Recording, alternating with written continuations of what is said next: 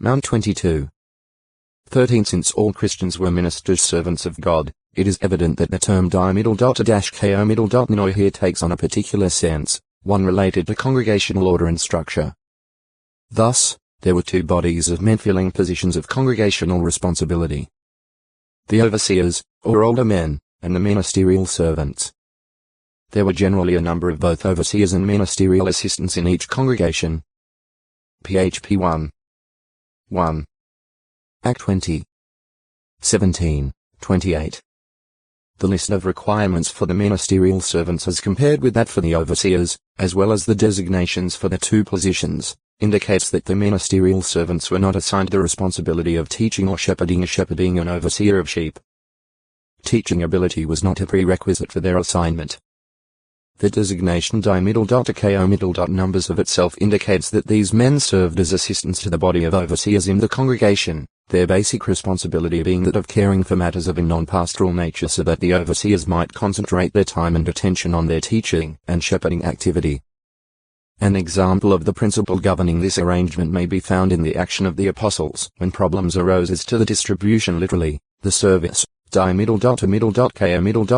food supplies made daily to those Christians in need at Jerusalem.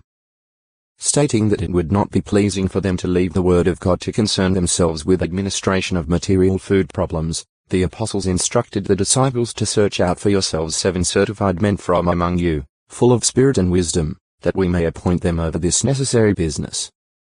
But we shall devote ourselves to prayer and to the ministry of the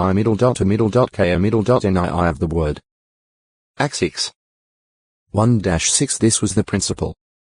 But it does not necessarily hold that the 7 men selected were, in this case, not qualified as older men pre-biteroi, for it was not a normal or regular situation, but a special problem that had arisen, one of a rather delicate nature due to the feeling that discrimination existed because of nationality.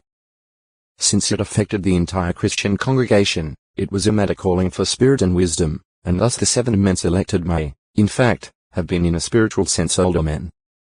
But they were now taking on temporarily an assignment of work such as that which ministerial servants might normally handle.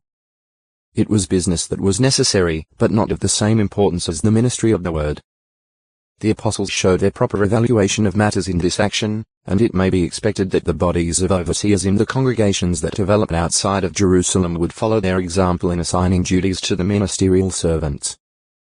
There were doubtless many matters of a more material, routine, or mechanical nature that required attention, perhaps including the purchase of material for copying the scriptures, or even the copying itself. The qualifications to be met by the ministerial assistants provided standards that would protect the congregation from any legitimate text or longo. Ministry 410 protects the Christian from violators of the law. It is acting as a minister of God. It follows that if the ruler misuses his authority and acts against God, he is responsible and must answer to God for it. If such wicked ruler tries to get the Christian to act in violation of God's law, then he is not acting as God's minister and will receive punishment from God. Row 13. 1-4. False ministers. There are men who claim to be ministers of God but who are hypocrites, actually ministers of Satan fighting against God. The Apostle Paul had to contend with such ones who were troubling the congregation in Corinth. Of them, he said, "Such men are false apostles, deceitful workers, transforming themselves into apostles of Christ." And no wonder, for Satan himself keeps transforming himself into an angel of light. It is therefore nothing great if his ministers also keep transforming themselves into ministers of righteousness. But their end shall be according to their works. 2 Cor 11. 13-15. The appearance of such false ministers was foretold many times in the Scriptures. Paul told the overseers of the congregation at Ephesus that after his going away, oppressive wolves would enter in among the congregation and would not treat the flock with tenderness. They would speak twisted things to draw away the disciples after themselves. Act 20. 29, 30 Paul also warned of such apostate ones in his letters 2-2. 3-12. 1-4. 1-5. 2-3. 1-7. 4. 3-4. Peter described them 2 Pe 2. 1-3. and Jesus Christ himself foretold their existence and destruction. Mount 13. 24-30, 36-43. Seaman of lawlessness. Ministry.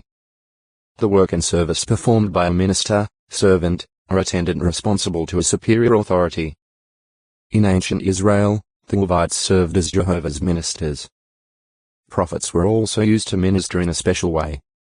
The 10. 8. 21. 5. Levites. Minister. Priest. However, with the coming of Jesus Christ to the earth, a new ministry began.